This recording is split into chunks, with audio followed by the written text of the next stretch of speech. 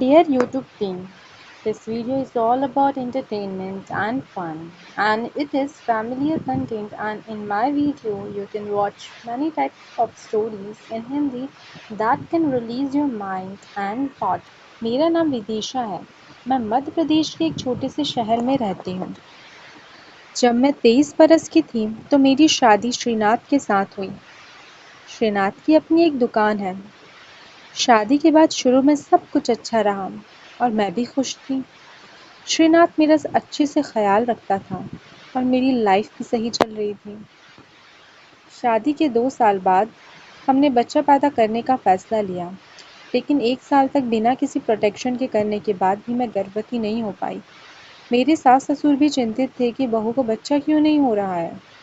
मैं बहुत परेशान हो गई कि मेरे साथ ऐसा क्यों हो रहा है।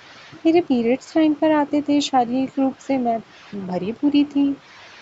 तब मैं 26 बरस की थी। गोरा रंग, कद 5'3", सुंदर नाक नक्शा और गदराया हुआ मेरा बदन था। कॉलेज के दिनों से ही मेरा बदन निखर गया था। मैं शर्मीले स्वभाव की थी और कपड़े भी सलवार सूट या साड़ी ब्लाउज ही पहनती थी, जिससे बदन ढका रहता था। छोटे शहर में रहने की वजह से मॉडर्न ड्रेसेस मैंने कभी नहीं पहनी, लेकिन फिर भी मैंने ख्याल किया था कि मर्दों की निगाहें मुझ पर रहती है, शायद मेरे गतराए बदन की वजह से ऐसा होता हो। श्रीनाथ ने मुझे बहुत सारे डॉक्टर्स को दिखाया। मेरे शर्मीले स्वभाव की वजह से लेडी डॉक्टर्स के सामने कपड़े निकालने ने में भी मुझे शर्म आती थी। लेडी डॉक्टर्स चेक करने के लिए जब आती थी तो मुझे अच्छे से पूरा चेक करती थी, तो मैं एकदम से गीली हो जाती थी और मुझे बहुत शर्म आती थी। सभी डॉक्टर्स ने कई तरह की दवाइयाँ दी, मेरे लैब टेस्ट करवाए, पर कुछ फ़ायदा नहीं हुआ। फिर श्रीनाथ मुझे दिल्ली ले आया, लेकिन मैंने साफ कह दिया कि मैं सिर्फ लेडी डॉक्टर को ही दिखाऊंगी। लेकिन वहाँ से कुछ भी फ़ायदा नहीं हुआ। मेरे सासू जी ने मुझे आयुर्वेदिक, होम्योपैथिक डॉक्टर्स को दिखाया। उनकी भी दवाइयाँ मैंने ली, लेकिन कुछ फ़ायदा नहीं हुआ। आप अब श्रीनाथ और मेरे संबंधों में भी खटास आने लगी थी। श्रीनाथ के साथ करने में भी अब कोई मज़ा नहीं रह गया था। ऐसा लगता था जैसे बच्चा प्राप्त करने के लिए हम ज़बरदस्ती ये काम कर रहे हैं। उस चीज़ का आनंद उठाने की वजह यही चिंता रहती थी कि अब की बार मुझे गर्भ ठहरेगा या नहीं।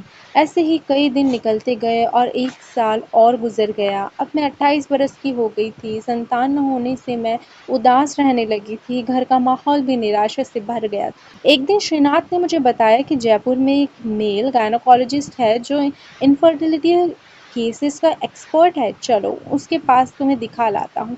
लेकिन मेल डॉक्टर्स को दिखाने को मैं राजी नहीं थी। किसी मर्द के सामने कपड़े निकालने में मैं और कौन औरत नहीं शर्माएगी। श्रीनाथ मुझसे बहुत नाराज़ हो गया और अड़ गया कि उसी डॉक्टर को दिखाएंगे। अब तुम ज़्यादा नखरे मत करो।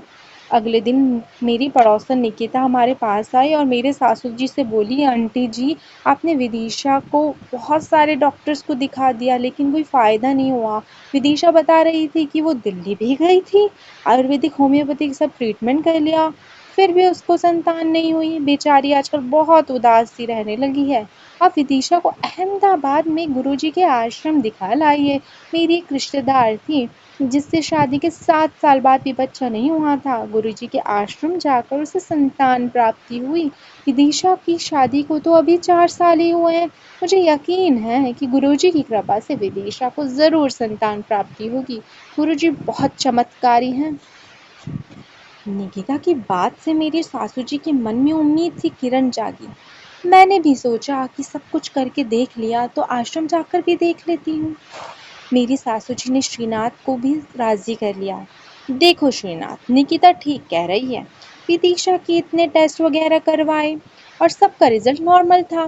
कहीं कोई गड़बड़ी नहीं है, तब भी बच्चा नहीं हो रहा है। अब और ज़्यादा समय बर्बाद नहीं करते हैं।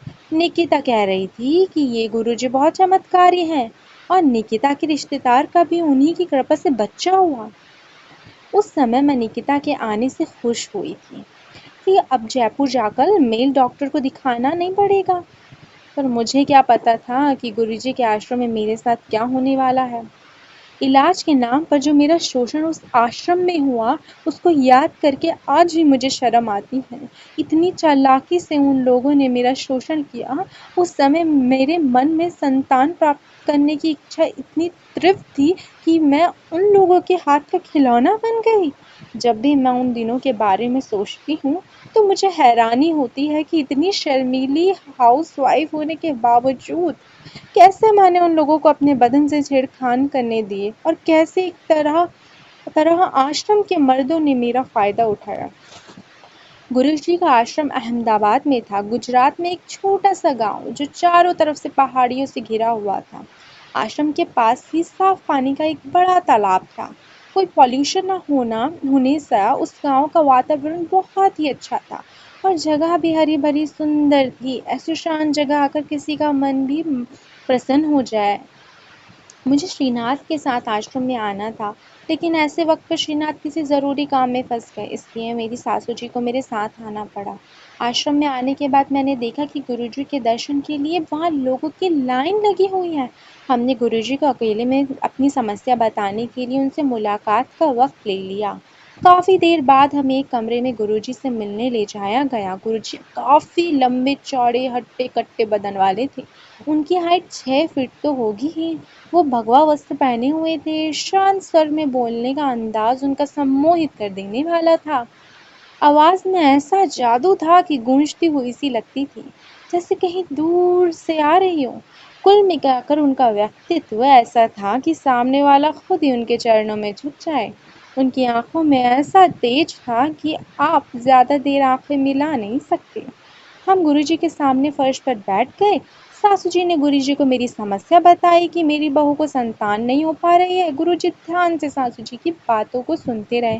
हमारे अलावा उस कमरे में 2 और आदमी थे जो शायद गुरुजी के शिष्य होंगे। उनमें से एक आदमी सासू जी की बातों को सुनकर डायरी में कुछ नोट कर रहा था। गुरुजी, माताजी, मुझे खुशी हुई कि आपने अपनी समस्या के समाधान के लिए अपनी बहू को मेरे पास लाए। मैं एक बात साफ बता देना चाहता हूँ कि मैं कोई चमत्कार नहीं कर सकता, लेकिन अगर आपकी बहू मुझसे दीक्षा ले और जैसा मैं बताऊं वैसा करे, तो ये आश्रम से खाली हाथ नहीं जाएंगी। ऐसा मैं आपको विश्वास दिलाता हूँ। माताजी, समस्या कठिन है तो उपचार की राह भी कठिन हो जाएगी, लेकिन अगर इस राह पर आपकी बहू चल पाए तो 1 साल के भीतर उसको संतान की प्राप्ति अवश्य होगी। लेकिन इस बात का ध्यान रखना होगा कि जैसा कहा जाए बिना किसी शंका के वैसा ही करना होगा, तभी आशानुकूल परिणाम मिलेगा। गुरुजी की बातों से मैं इतनी प्रभावित हुई कि तुरंत अपने उपचार के लिए तैयार हो गई। मेरी सासू जी ने भी हाथ जोड़कर फौरन ही हाँ कह दी। गुरुजी, माताजी, उपचार के लिए हामी भरने से पहले मेरे नियमों को सुन लीजिए। मैं अपने भक्तों को अंधेरे में नहीं रखता। 3 चरणों में उपचार होगा, तब आपकी बहू माँ बन पाएगी।